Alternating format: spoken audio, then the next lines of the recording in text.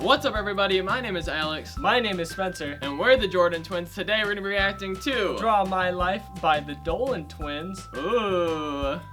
Don't forget to follow us on Twitter and Instagram. Links are in the description below the video. And as always, don't forget to subscribe, leave a like, and comment other videos you want us to react to. What's up, guys? We're back. We're back. Last Tuesday, we decided we wanted to try a Draw My Life video. I know these were really popular, I think, like a year or two ago. Well, Yeah, I used to see a lot of them a few we've been years together ago. since the womb. They're And still maybe interesting, even before though. That, depending on if we're fraternal or identical, but that's still a mystery to us to this day. Anyway, it all started out I think they're identical, right? I'm pretty sure. 17 years ago, on December 16th, in New Jersey, I was born. Then 19 minutes later, it was Grayson's turn to come into this world. This was a way more complicated process than anyone. I didn't know they were born in New Jersey. Got stuck. They had to perform emergency. I don't think I knew that in order either. to save Grayson's life. See that Also, Grayson her got life stuck. was.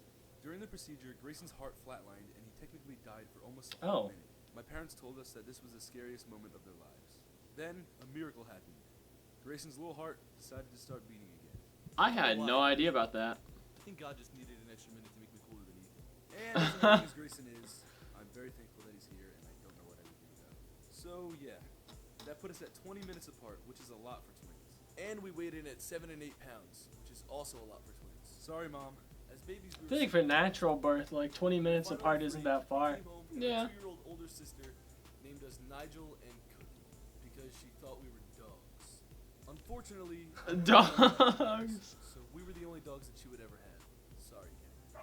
We quickly learned how to walk. and They we said were they were running allergic to into things and dogs. Jumping off our high chairs at just 10 I months didn't old. hear. My mom actually had to put a tent around my crib. maybe their so I mom used to was, climb I out of don't my know. crib and free Grayson from his in the middle of the night.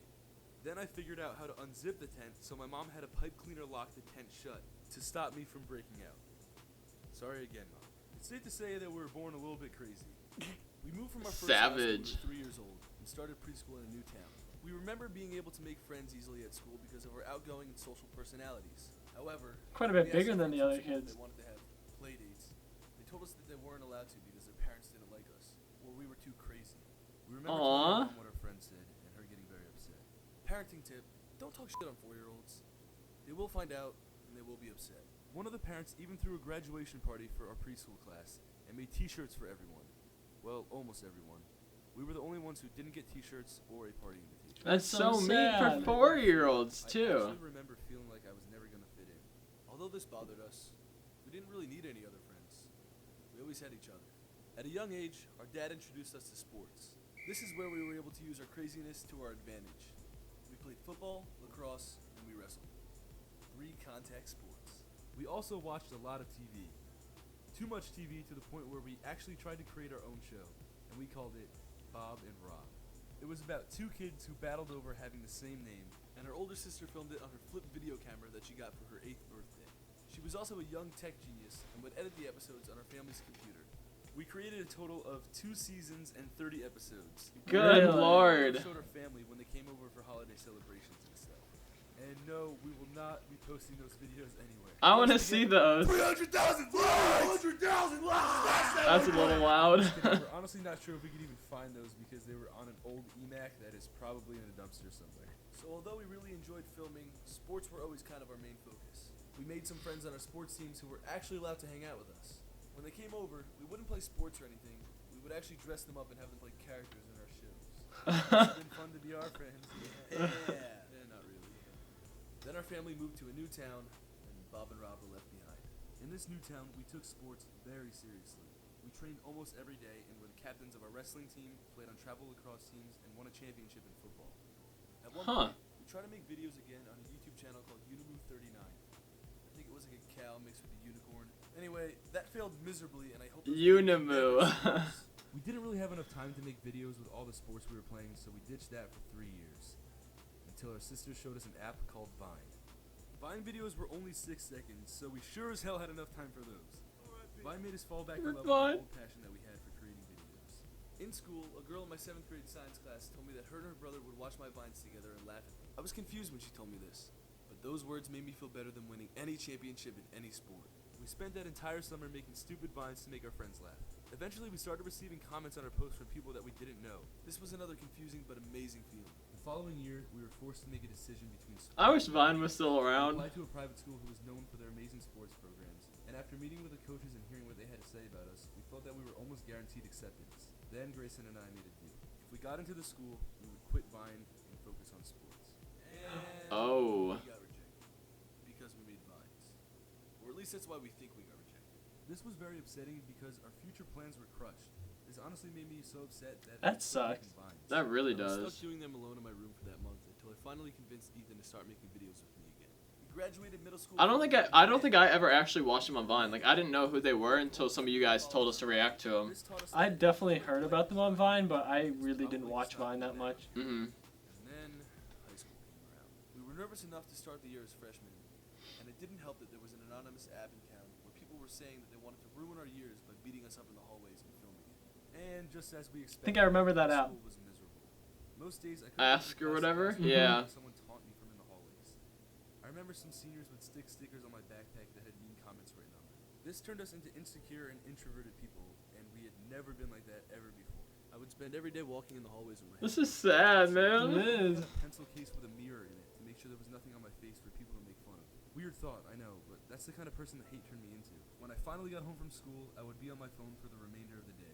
Social media was my happiness. You make me cry. The nice things that people had to say about us on That's the thing, though. Like, the more successful you get, the more, like, I feel like people are jealous, and that's where haters come in. It's because people are mainly jealous. important for your happiness. After continuously asking our parents if we could transfer to online school, multiple sessions of counseling, countless amount of anxiety attacks, we left public school halfway through freshman year. When that finally happened, we had time for even more videos. We started creating weekly YouTube videos, which soon enabled us to move to Los Angeles, California to pursue our dreams. We had our parents' trust because we have always been honest with them. They knew that we wouldn't spend our time partying, and we knew that too. We were there to work hard, make videos, and have a good time.